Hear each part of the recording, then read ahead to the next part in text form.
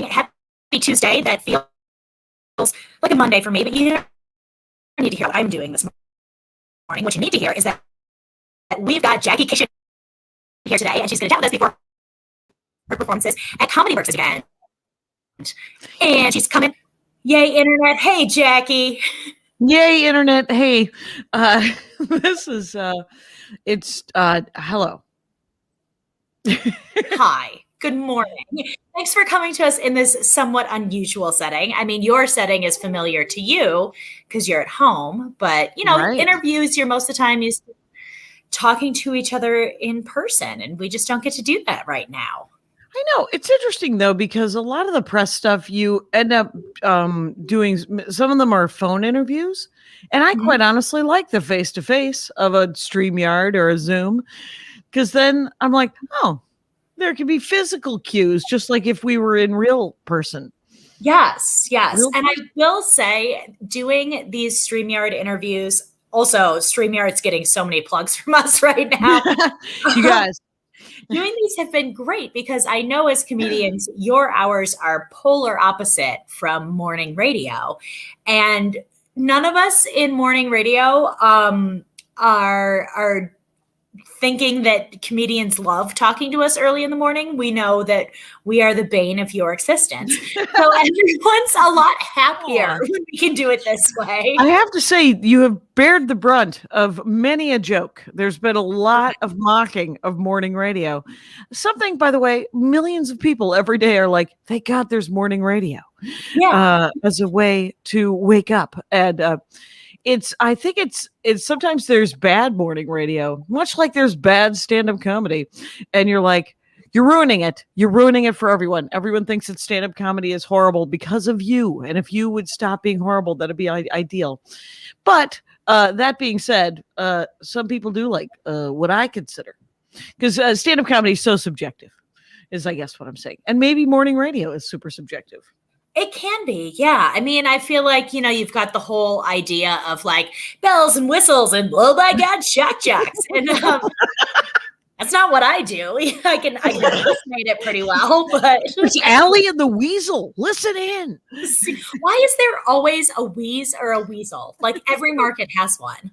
I don't know. Maybe it's because some people can't breathe well, and then they wheeze, and then they become weasels, or they're caricatures of weasels. This is now turned into philosophy. It's okay. That's interesting philosophy. It's not like we're doing, the allegory of the cave or something. Someone has read a book, and I'm happy to see it. Well played.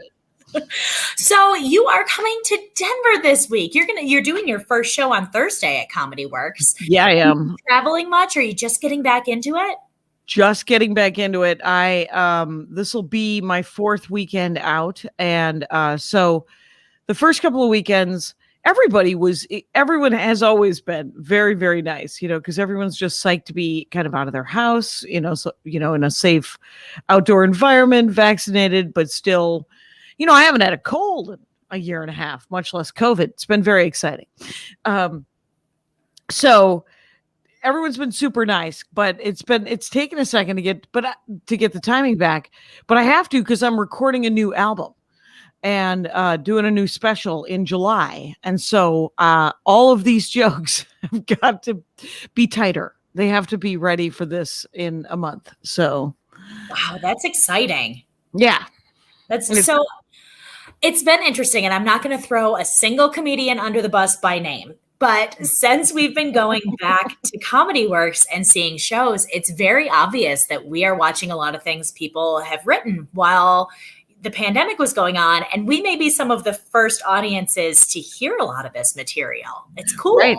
And it is cool. If you're a big comedy nerd, you're just like seeing jokes, from the inceptus to whatever, when it's written to when it's published, is fun. And I've been doing Zoom shows for the last 13 months.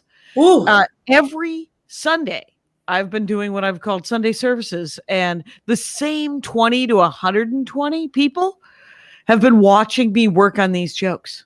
Some of them are from the Denver area. Some of them will be in the audience. So they have seen these jokes I don't know, 300 times. And they've seen these jokes enough that I've gotten emails from them going, I love what you're doing with it. It's really tightening up. Oh my gosh. That's great though. Like, there are comedy nerds out there. I like to think I'm like still one of the cooler comedy nerds and that like I have a life, but absolutely pay way more attention than most people do. But watching the evolution of a joke is fun. And I know my friends hate watching like Netflix comedy specials with me because most of the time I'm like, oh, they were testing this out in Denver. And actually it's evolved from here and no one cares. Right. You're horrible to watch Netflix specials with. What is happening? Yeah, if you know where the joke is going, feel free not to mouth words along. I had a guy, so after one of my albums came out, probably I still do some of the material for like 3 or 4 months as I write new stuff and get the new hour together. And there was a guy in the front row one time who was literally saying the words, like mouthing the words along with me. And I was like, he's memorized the album? And he's memorized the album. And so what that band did do for me was it made me work on the newer stuff because it was so distracting to see his mouth move as I was saying words that I couldn't face it. I was like, no, I'm psyched you're a fan, man, but you got to sit in the back. You're as well lit as I am. And so it was too much. Wow. You didn't feel like a rock star with people singing along to your songs? You would think I would. No. I'm so sorry. It's a little different. Bit. Yeah. It is different just because I actually, now that how do rock stars, I mean, I suppose it's a song and it's only one song and then you can do banter in between. I don't know how they do it. I have no idea.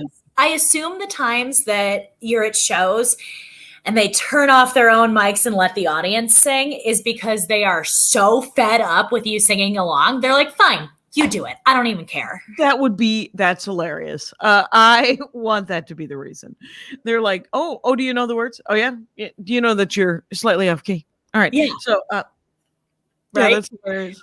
So one thing I have noticed a bit at shows is that because people are so excited to be out of their house and like seeing real human beings, there has been a little more vocal participation from the audience. I won't say heckling because it's not usually negative. It's just positive. Yeah. It's like, I want to be involved in this show because I'm so deprived of human contact. I don't know if you've seen that at any of your other performances. I haven't actually in the probably, so 3 weekends, that's 15 to 17 shows. And so I have not had that. What I have had is as I've gotten off stage, before I put my mask back on to work merch. That's right. Because right before pandemic went down, I bought $5,000 in new merch for the new album. And so you got to get that offloaded. People got to buy it up. Yeah. It's taking up space in my garage, you guys. So look forward to a couple of new t-shirts and a challenge coin. Anyway, so yeah, my dad... I made a challenge coin to my dad. It's fun. Anyway, I have noticed that before I put my mask on, people will grab me and hug me, forgetting that. And granted, as far as I know, everyone's vaccinated, so we're not even getting variants out there. We're supposedly 2 shots. The Moderna or Pfizer is supposed to do a good job against the variants too, but too soon. Yeah. Every picture of me with a selfie with someone who's grabbed me after I've gotten off stage is me just gritting my teeth. It isn't true joy. And I have true joy. And after we have a couple of words and hear about our medical history, yes, we can do a selfie. I'm okay with that. I know too many people have died. I've known several, and it's super sad. And I'm also 100 years old. So if we could not kill me, and I don't want to kill you. You are not 100 years old. Well, but yeah, I agree with that. Just because you're feeling good about your vax status or whatever your opinions are on COVID doesn't mean we are. Right. Oh my gosh. I've had, so a couple of the flights, I've had people touch my shoulder because I'm on all of my frequent flyer mile tours.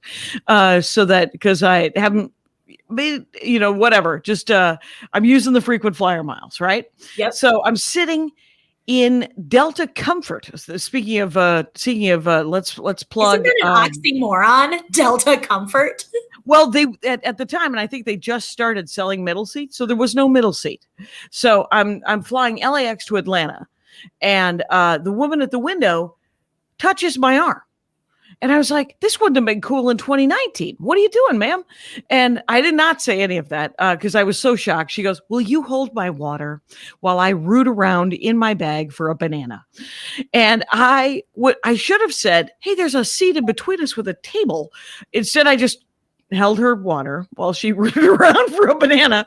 So I hand her back. I put down the thing in between so she does not have to touch me again. She can use it as a space. And then an hour later, she was reading some crazy article from the cover of Newsweek. It was a Newsweek article. Speaking of being elderly, there is a study that if you put young people's blood into old people, it might prevent dementia. So she's read this article. This is a study, right? And I don't know why it's at Newsweek. Reconsider. Yeah. Anyways, because you're scaring little ladies on airplanes. And so she touches me again and goes, have you read this? That billionaires are going to be hooked up to our arms. And I was like, ma'am, I don't know how to talk you down from this ledge in a mask. We're both in masks. It's hard to talk you down, but I did my darndest. And I have to tell you, I was like, that's Fury Road. That's a movie. That's not real. Yeah. And billionaires, you can't control billionaires. If that were true, we can't fix it. So what you got to do is do the crossword puzzle, lady. It's on the end. Anyway, so an hour later, hour 10, because we're on this flight for 3.5 hours, she touches me again. And she goes, it is a movie. Thanks. I mean, good. At least she's not going to leave that flight thinking QAnon is real. So right, or something. Exactly. I was so disappointed in Newsweek. I was like, hey, why are you trying to scare people? What do you? Yeah. Don't do it. Oh God. The news is already so, like I read a headline about some 14-year-old girl had a baby and then had a newborn baby and handed it to somebody at a restaurant. And I literally thought from the headline that this kid was eating at the restaurant. She had a baby in between before she got, in between appetizers and the main dish was like, can you hold this? And then ran. No, that is not what happened. And I'm sure it was super sad and weird anyway, but for God's sake.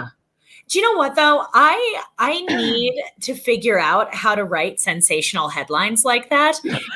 Simply because they get the attention. And at this point, it doesn't matter if you're being accurate or not. Well, the clickbait. It's, I don't understand what the direct correlation between the clicking and the money.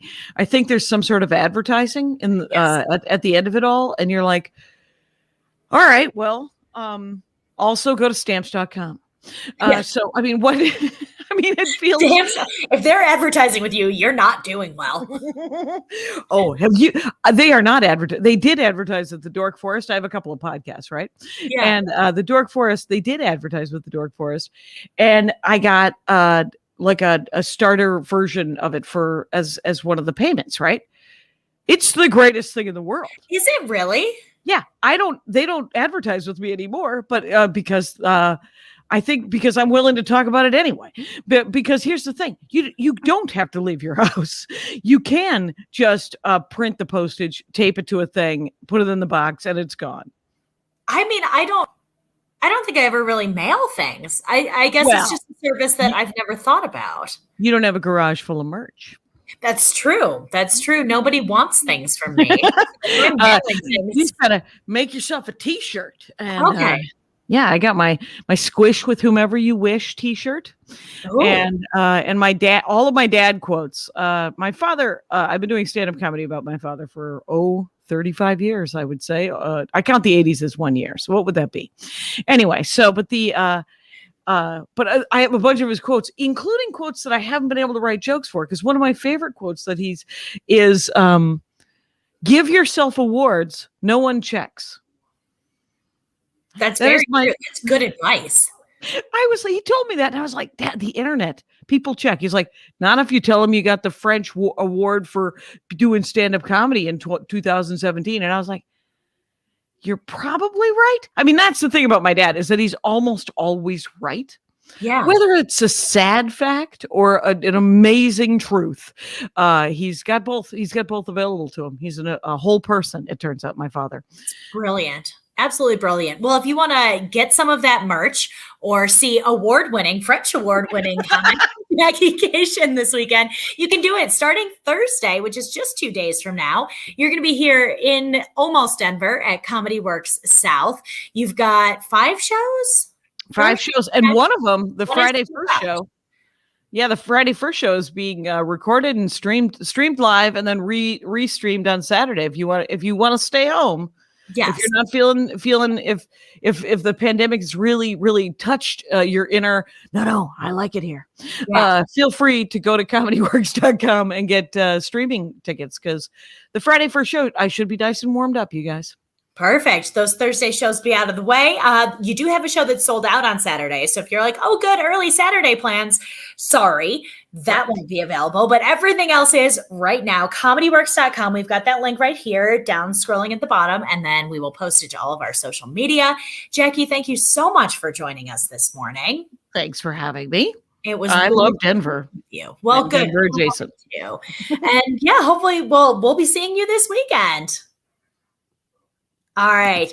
Again, if you need more information on shows or on Jackie, or want to watch some of her videos, you can go to comedyworks.com. As always, you can hear Jackie Kashian on Comedy 103.1 on your radio. And it's a wonderful